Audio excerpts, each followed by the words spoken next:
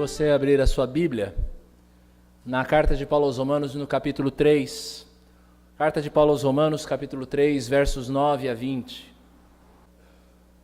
Que se conclui: temos nós qualquer vantagem? Não, de forma nenhuma, pois já temos demonstrado que todos, tanto judeus como gregos, estão debaixo do pecado.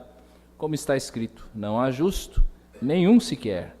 Não há quem entenda, não há quem busque a Deus. Todos se extraviaram, a uma se fizeram inúteis. Não há quem faça o bem, não há um sequer. A garganta deles é sepulcro aberto, com a língua urdem engano. Veneno de víbora está nos seus lábios. A boca eles a têm cheia de maldição e de amargura. São os seus pés velozes para derramar sangue. Nos seus caminhos há destruição e miséria. Desconheceram o caminho da paz. Não há temor de Deus diante de seus olhos. Ora, sabemos que tudo que a lei diz, aos que vivem na lei o diz para que se cale toda a boca, e todo mundo seja culpável perante Deus, visto que ninguém será justificado diante dele por obras da lei, em razão de que pela lei vem o pleno conhecimento do pecado. Amados irmãos, nós estamos hoje na terceira mensagem desta série a respeito do pecado levado a sério. O nosso chamado aqui por meio desta série, a vocês, a nós, a Bíblia nos chama a atenção aqui para o problema do pecado, para que nós levemos de fato o pecado como algo sério, consideremos o problema do pecado como um problema realmente sério, algo realmente grave. Nós vimos na primeira mensagem desta série, falando a respeito da essência do pecado, que o caráter essencial do pecado é a falta de amor. Seja a falta de amor, de um amor integral a Deus, de nós não amarmos integralmente ao Senhor com o nosso coração, com a nossa mente e com as nossas emoções, seja por você não amar o seu próximo, aí está a essência de todo o pecado. A mensagem da semana passada, fomos lembrados a respeito da ofensa do pecado, de que o pecado de fato ele é ofensivo ao Senhor. O pecado é algo que ofende o caráter justo, santo de Deus, e ele nos afasta do Senhor, ele nos separa do Senhor. Bem, mas você assistindo, ouvindo essas mensagens, talvez aqui, talvez de casa aí no YouTube, você possa estar se afirmando a si mesmo, pensando consigo mesmo de que, bem, essas coisas não dizem respeito a mim. Afinal de contas, eu não tenho pecado. Afinal de contas, esse negócio de pecado não é comigo. Eu sou um bom marido. Eu sou uma boa esposa. Talvez eu frequente uma boa igreja. Eu até ajudo aqueles que são mais necessitados do que eu. Eu sou uma boa pessoa. Aliás, a maioria das pessoas pensa assim a respeito de si mesmo, de que você é uma boa pessoa. Porque parece ser até mesmo um paradigma, uma ideia central do ser humano hoje em dia, uma concepção do ser humano atual, de que existe uma bondade inerente do ser humano. Aliás, esta não é uma ideia nova, é uma ideia que vem desde o tempo do Iluminismo, quando Jean-Jacques Rousseau escreveu que o homem ele nasce bom, é a sociedade que o corrompe. Então, na maioria da mente das pessoas, paira a ideia de que existe no ser humano uma bondade que lhe seja inerente. O ser humano, por natureza, na visão das pessoas, da maioria das pessoas, é um ser essencialmente bom. São outros elementos que vêm corrompê-lo. Porém, a palavra de Deus não mostra que o ser humano seja um ser bom por natureza, inerentemente bom. É claro, é preciso fazer uma ressalva aqui já de início. Há algo de bom no ser humano que é a imagem de Deus. Deus cria o ser humano à sua imagem e semelhança, e esta imagem e semelhança produz alguns bons frutos no ser humano. É claro, é uma imagem e semelhança deturpada pelo pecado, mas esta imagem de Deus, esta semelhança com Deus ainda está ali no ser humano. Porém, por causa do pecado, por causa da natureza pecaminosa do homem, ele se encontra numa situação desagradável diante de Deus. E é justamente sobre isto que esse texto fala. É difícil nós precisarmos qual seja o propósito de Paulo quando ele escreve Romanos. Existem diversas interpretações. Alguns vão dizer que Paulo escreve a esta igreja de Roma, uma igreja que ele não conhecia pessoalmente, não era uma das igrejas que Paulo havia fundado, que Paulo havia plantado, ele não conhecia pessoalmente essa igreja, e alguns vão dizer que Paulo escreve para esta igreja para anunciar que ele estava rumo à Espanha e que ele pretendia parar ali em Roma, compartilhar com os irmãos alguma coisa, e ele esperava que os irmãos o apoiassem. Ok, é uma possibilidade. Mas eu tendo a acreditar que um dos temas principais de Romanos seja mostrar, através de um tratado teologicamente extenso, Romanos é talvez o livro de todos os livros da Bíblia, se é que nós podemos falar assim, é o mais teológico de todos os livros da Bíblia, ele é um livro de uma teologia realmente encorpada.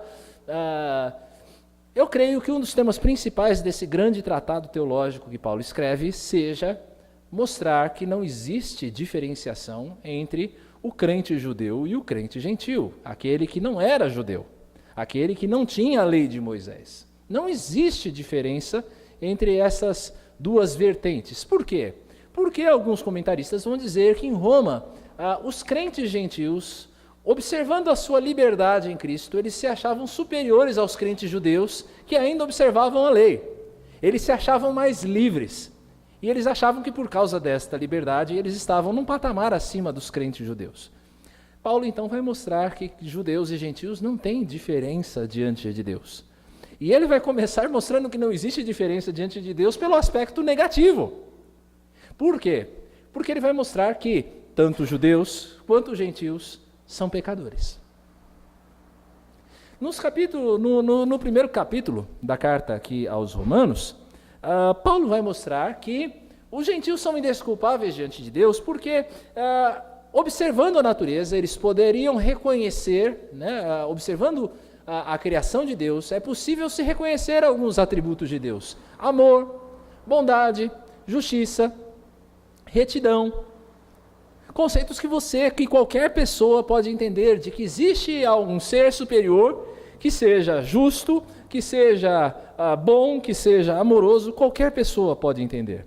Mas os gentios se tornam culpados porque, observando esta criação, eles deixam de louvar a esse Criador, a esse que manifesta os seus atributos na criação, e passa a louvar a criatura. De tal maneira que os gentios começam a adorar o pau e a pedra, começam a praticar a idolatria, começam a se render a paixões infames, começam a deturpar-se moralmente e, principalmente, a tentar sufocar no seu coração a ideia de que existe um Deus. Ora, nada mais atual do que olhar para esses primeiros capítulos de Romanos e ver o nosso tempo. Porque, afinal de contas, o que nós percebemos na vida daqueles que não têm a Jesus Cristo como seu Salvador é justamente uma tentativa de sufocar, seja deliberadamente, seja simplesmente na prática, a ideia de que existe um Deus que governa todas as coisas.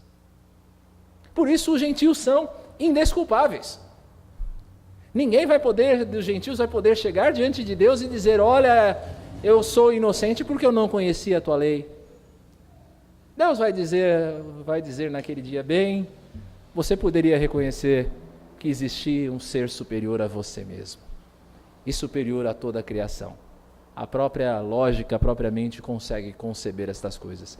E você escolheu sufocar esta noção no seu coração. Mas os judeus também, diz Paulo, são indesculpáveis.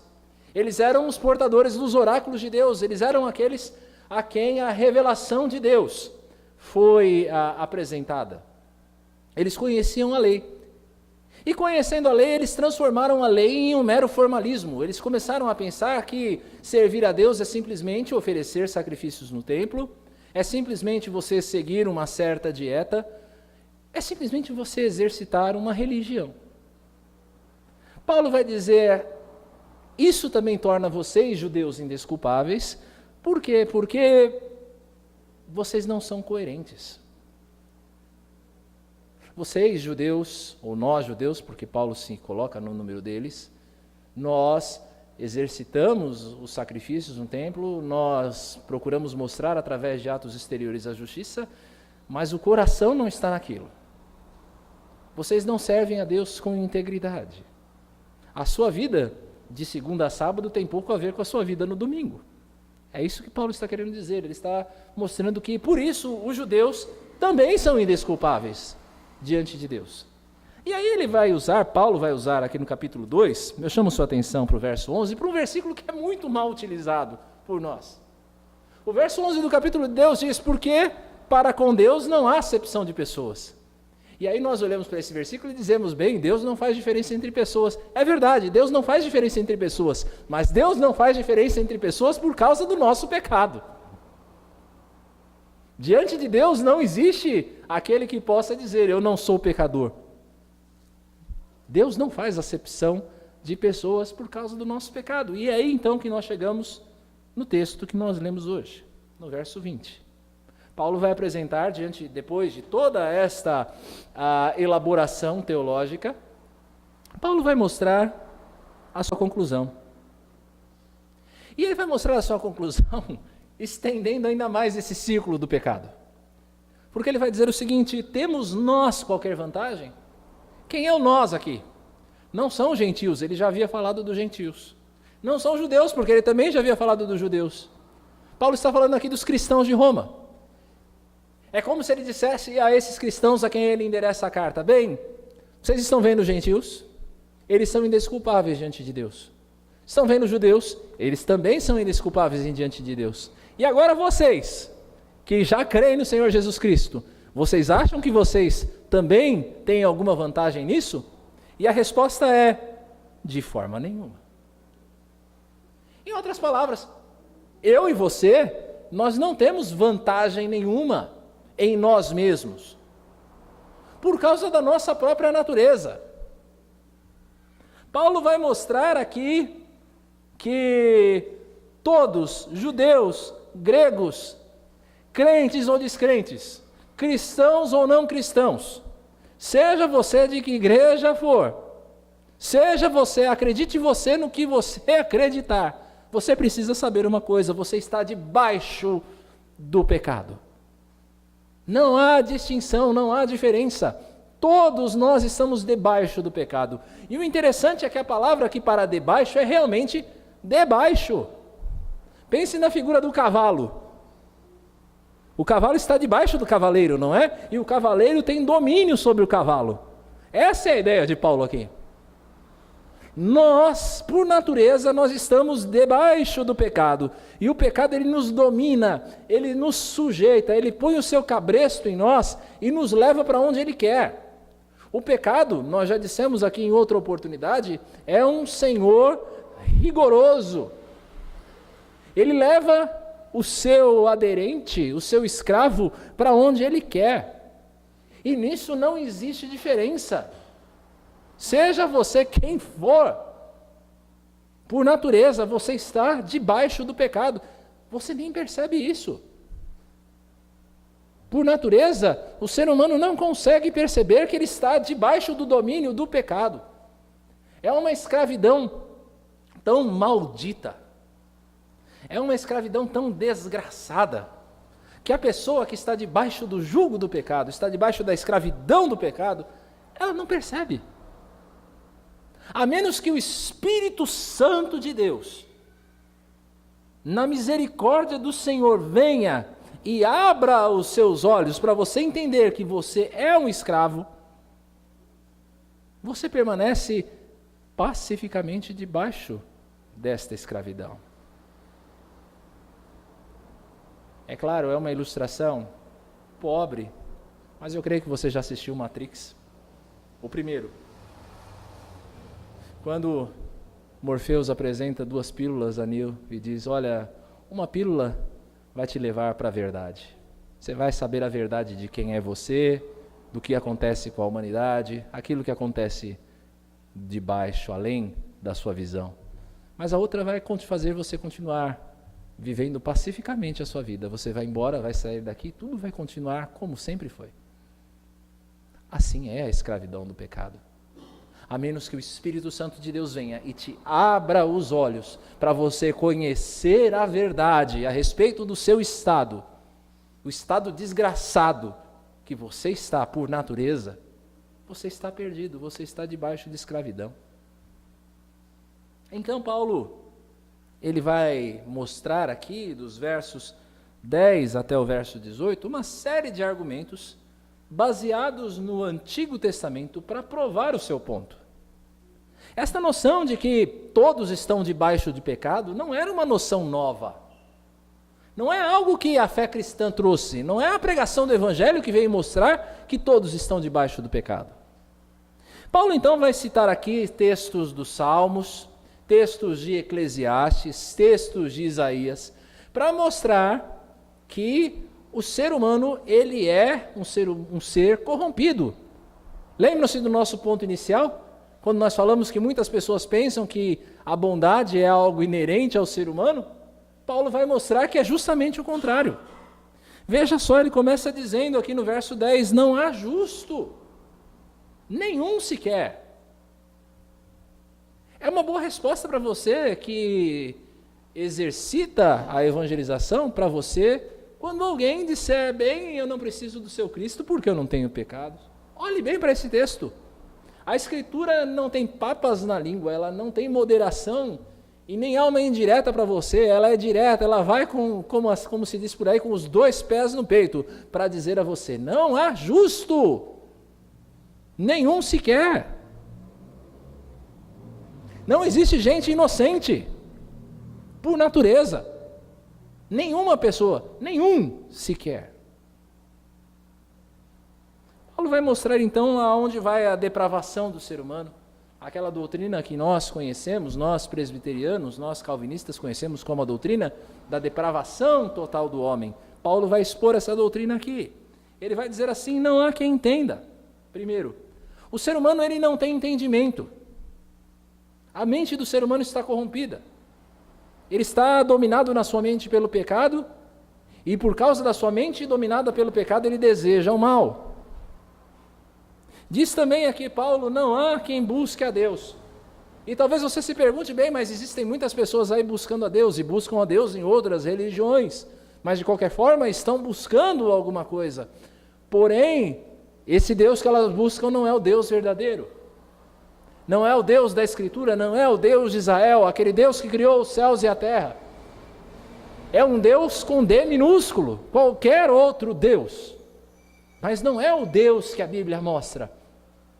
Não há quem por natureza busque a Deus, com D maiúsculo. Todos se extraviaram. E a noção aqui é que cada um foi pelo seu próprio caminho. Existe um caminho proposto por Deus, mas as pessoas preferiram ir por caminhos diversos, por estranhos caminhos. E esses caminhos não vão dar em Roma. Dizem aí no ditado popular que todos os caminhos levam a Roma, mas nem todos os caminhos levam a Deus. Só existe um caminho para Deus. Mas as pessoas se extraviaram dele, elas se desviaram desse caminho e vão cada um na sua própria cobiça. Vai cada um atrás de alguma coisa. A uma se fizeram inúteis. Esta palavra inútil é uma palavra muito dura, originalmente falando. Sabe o que quer dizer? A uma se tornaram inúteis? Literalmente quer dizer que todos se tornaram podres.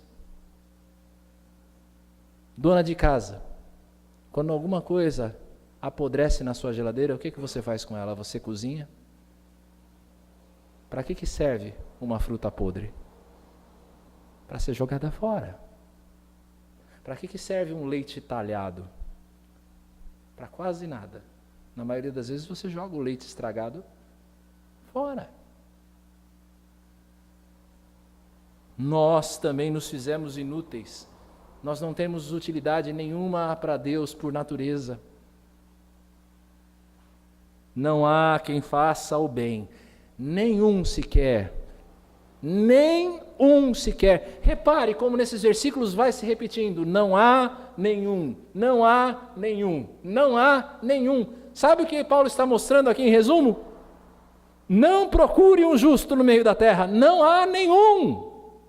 Nem você, nem as pessoas que te cercam, nem as pessoas que estão aqui nessa noite, nem as pessoas que nos assistem, nenhum.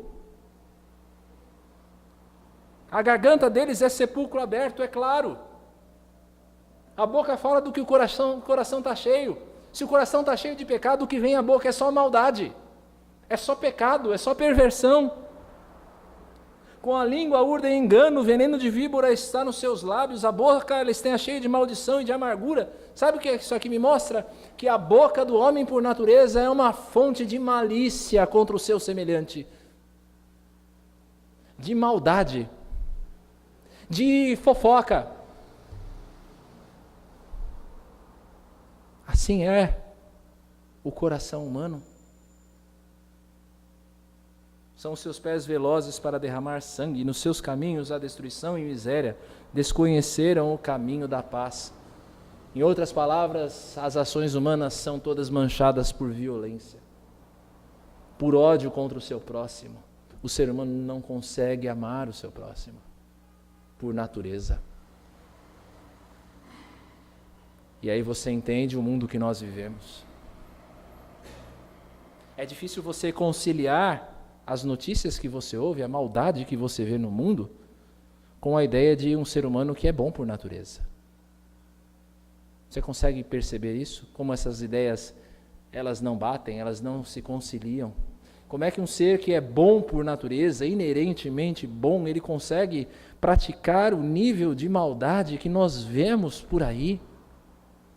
E aí você entende como é que essas peças elas não se encaixam. Claro, uma das duas não é verdadeira.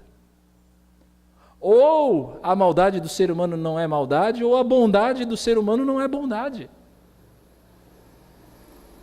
O ser humano pratica o mal porque ele é mau no seu coração de natureza. Quando Adão escolheu pecar, Paulo fala disso no capítulo 5 dessa carta de Romanos. Quando Adão escolheu pecar, ele lançou sobre todos nós a maldição do pecado. Nós estávamos em Adão, e ele transmitiu a nós essa sua natureza corrompida. A natureza corrompida de Adão foi passada para nós, de tal maneira que o bem que eu quero fazer, eu não faço, e o mal que eu não quero fazer, esse sim eu faço. Por causa da minha natureza, eu me torno condenável diante de Deus, por causa da natureza caída do homem. O problema do ser humano não é que ele peca, o problema do ser humano é que ele é pecado. Não é o que você faz que te torna passível da ira de Deus, é o que você é por natureza. Os pecados que você comete, as más ações, as coisas más que você fala, os maus pensamentos que você nutre no teu coração, são simplesmente frutos de uma árvore ruim. A raiz corrompida do pecado, ela dá o seu fruto.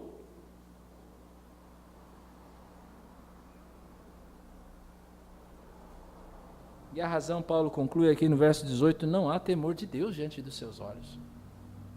O homem não teme ao seu Deus.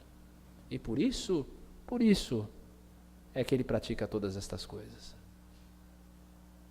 Ora, diz o verso 19, sabemos que tudo que a lei diz aos que vivem na lei, o diz para que se cale toda a boca. Paulo vai mostrar aqui qual é o papel da lei do Senhor. Talvez você possa resumi-la nos 10 mandamentos. Para que é que serve a lei do Senhor? A lei do Senhor não serve para justificar o homem. É isso que diz o verso 19 e 20. Sabe por quê? Porque nenhum de nós é capaz de cumprir a lei perfeitamente. Nenhum de nós consegue cumprir os 10 mandamentos perfeitamente. Aliás, a palavra nos diz, quem descumpre um mandamento, descumpre todos. Ora, então para que é que servem os 10 mandamentos? Vou lhe dar uma má notícia, se é que você não a conhece ainda. Os 10 mandamentos, a lei, os mandamentos do Senhor só servem para uma coisa, os mandamentos do Antigo Testamento. É para mostrar que você não consegue cumpri-los. É para mostrar a sua incapacidade de ser justo diante de Deus. Tiago, na sua carta, fala que a palavra de Deus é como um espelho, no qual nós olhamos para ele, e o espelho nos diz quem somos. O espelho não vai fazer de você mais bonito do que você é. Nenhum espelho tem esse poder. Nenhum espelho foi criado até hoje que já tem um Photoshop dentro dele. O espelho vai mostrar quem você de fato é. As suas imperfeições, as imperfeições do seu rosto, as suas cicatrizes, as suas manchas. Você não vai ver no espelho nada diferente do que você é. Assim é a palavra de Deus. Assim são os mandamentos do Senhor. Eu olho para os mandamentos do Senhor e eu percebo que eu sou assassino, eu sou adúltero, eu sou ladrão, eu sou mentiroso, eu sou insubmisso, eu não amo a Deus como deveria, eu crio imagens de Deus na minha cabeça, mesmo que eu não as crie na pedra, eu não guardo o dia do Senhor. É para isso que a lei serve, para mostrar a minha imperfeição, para mostrar que eu não posso ser justificado por obras da lei. É como, esses versículos aqui, é como se todos nós estivéssemos diante de Deus, e Deus abrisse o seu rolo, o rolo das nossas más ações, e dissesse para mim: César, você é acusado disso. E eu dissesse: bem, Senhor, eu me esforcei. Ele dissesse: não, mas não serve. Você é culpado. Você não matou ninguém, mas você mentiu. Então você é culpado. E a cabeça baixa. Paulo, agora é a sua vez. Você fez isso, e aí você diz: não, Senhor, mas eu fiz boas obras. E o Senhor diz: mas as suas obras estão manchadas pelo pecado, culpado. E um a um de nós, as nossas cabeças vão se baixando diante de Deus, porque nenhum de nós pode alegar perfeita inocência diante do Senhor.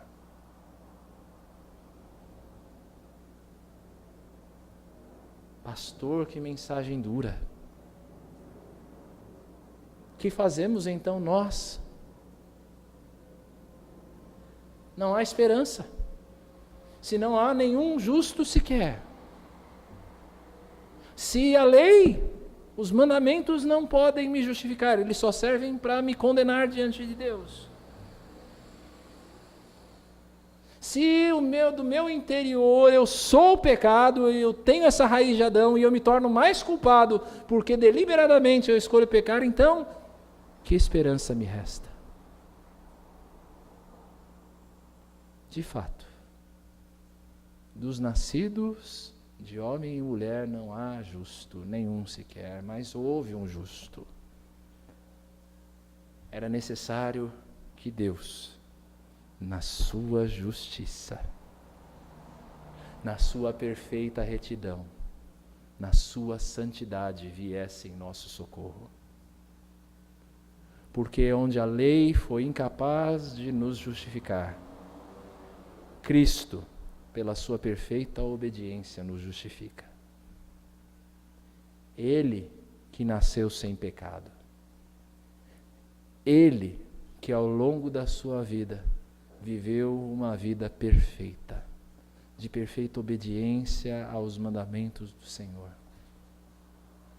Ele que poderia muito bem chegar diante do Pai e ser declarado inocente, por meio da sua morte, por meio do seu sacrifício na cruz, entregou a nós a justiça que nos faltava. É verdade, não há justo nenhum sequer. Mas a palavra também diz que todo aquele que nele crer encontra o perdão dos seus pecados. Abra sua Bíblia em 1 João, capítulo 1. 1 João, capítulo 1.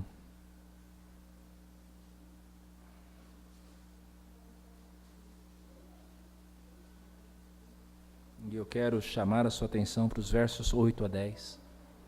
Que fazem eco com a nossa mensagem, mas que vão nos mostrar também o caminho da salvação. Até agora mostramos a universalidade do pecado, que o pecado abrange todo homem, que o homem é totalmente depravado por causa do pecado. Mas esse texto nos mostra também a esperança. Se dissermos que não temos pecado nenhum, a nós mesmos nos enganamos e a verdade não está em nós. Por causa do que acabamos de pregar, não existe justo nenhum sequer. Então quem disser que não tem pecado é mentiroso. Porém, se confessarmos os nossos pecados, Ele é o que, meus irmãos? Fiel e justo, para nos perdoar os pecados e nos purificar de toda injustiça. De tal modo que se eu confessar os meus pecados, Ele é fiel para me perdoar.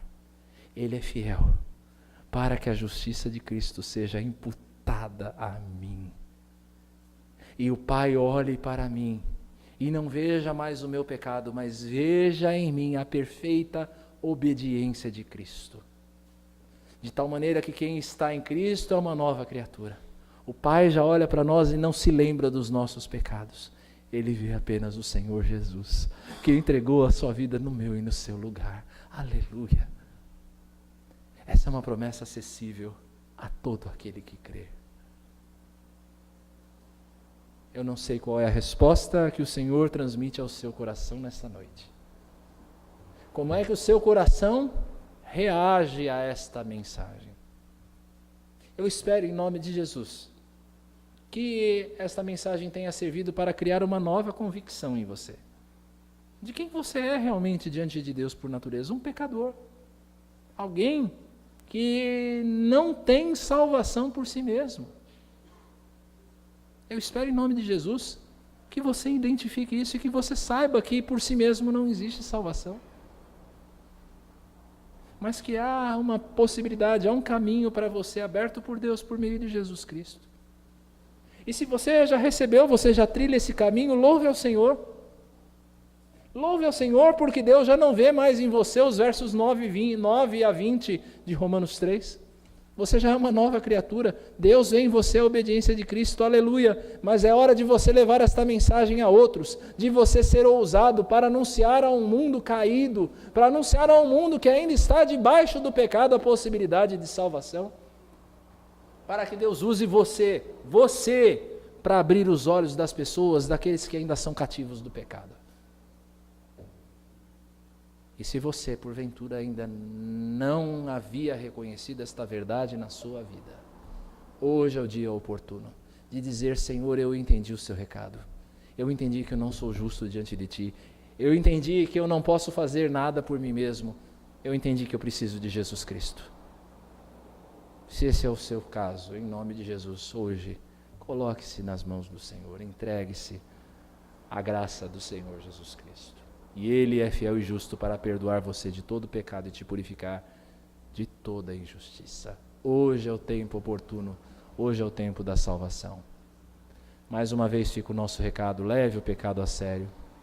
O pecado é algo sério. O pecado é algo que ofende a Deus. O pecado é algo que está presente em nós, mas que por meio de Jesus Cristo, cada um de nós pode encontrar perdão e graça por meio do Senhor Jesus.